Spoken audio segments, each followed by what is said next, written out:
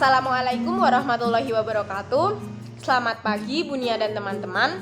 Saya Rizkani Daul Lusnawati dengan NIM 14014193558 akan menjelaskan materi perkembangan sosial dan moral dengan pokok bahasan yang pertama, pengertian perkembangan sosial dan moral, yang kedua, tokoh teori perkembangan sosial dan moral, yang ketiga, tahap-tahap perkembangan sosial dan moral, dan yang keempat, faktor yang mempengaruhi perkembangan sosial dan moral.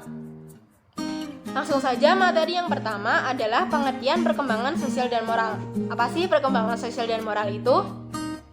Perkembangan sosial dan moral adalah atau social and moral development adalah proses perkembangan mental yang berhubungan dengan perubahan-perubahan cara anak dalam berkomunikasi dengan objek atau orang lain, baik sebagai individu maupun sebagai kelompok.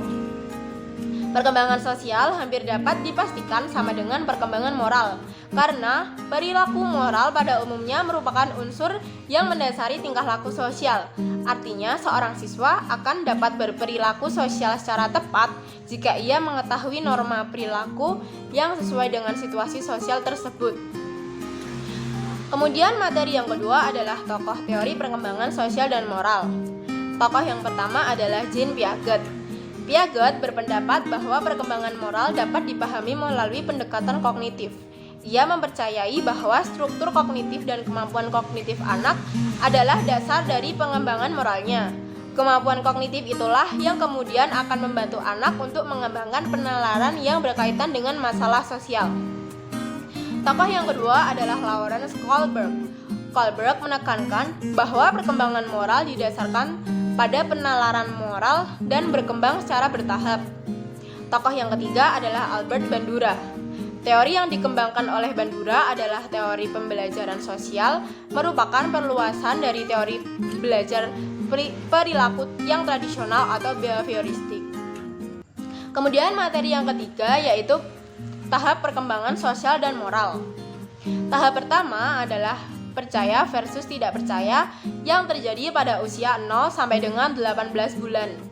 Tahap yang kedua adalah otonomi versus malu dan ragu-ragu yang terjadi pada usia 18 bulan sampai dengan 3 tahun.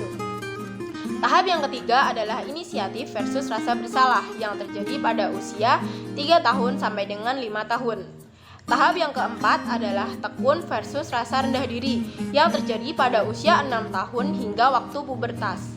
Tahap yang kelima adalah identitas versus kebingungan identitas yang terjadi pada usia 10 sampai dengan 20 tahun. Tahap yang keenam adalah keintiman versus keterkucilan yang terjadi pada masa dewasa awal atau pada usia 20 tahun sampai dengan 30 tahun. Tahap yang ketujuh adalah bangkit versus stagnan yang terjadi selama masa pertengahan dewasa atau pada usia 40 tahun sampai dengan 50 tahun. Tahap yang kedelapan adalah integritas versus rasa putus asa yang terjadi selama masa dewasa akhir atau sekitar usia 60 tahunan. Kemudian materi yang keempat adalah faktor yang mempengaruhi perkembangan sosial dan moral. Faktor-faktor perkembangan sosial dan moral dipengaruhi oleh 3 lingkungan. Faktor yang pertama adalah lingkungan keluarga. Dalam keluarga, anak mengembangkan pemikiran tersendiri yang merupakan pengukuhan dasar emosional dan optimisme sosial melalui frekuensi dan kualitas interaksi dengan orang tua dan saudara-saudaranya. Faktor yang kedua adalah lingkungan sekolah. Sekolah merupakan salah satu lingkungan tempat remaja hidup dalam kesehariannya. Jadi, sekolah juga memiliki potensi memudahkan atau menghambat perkembangan sosial remaja. Dan faktor yang ketiga adalah faktor lingkungan masyarakat. Dalam lingkungan masyarakat, anak dihadapkan dengan berbagai situasi dan masalah kemasyarakatan.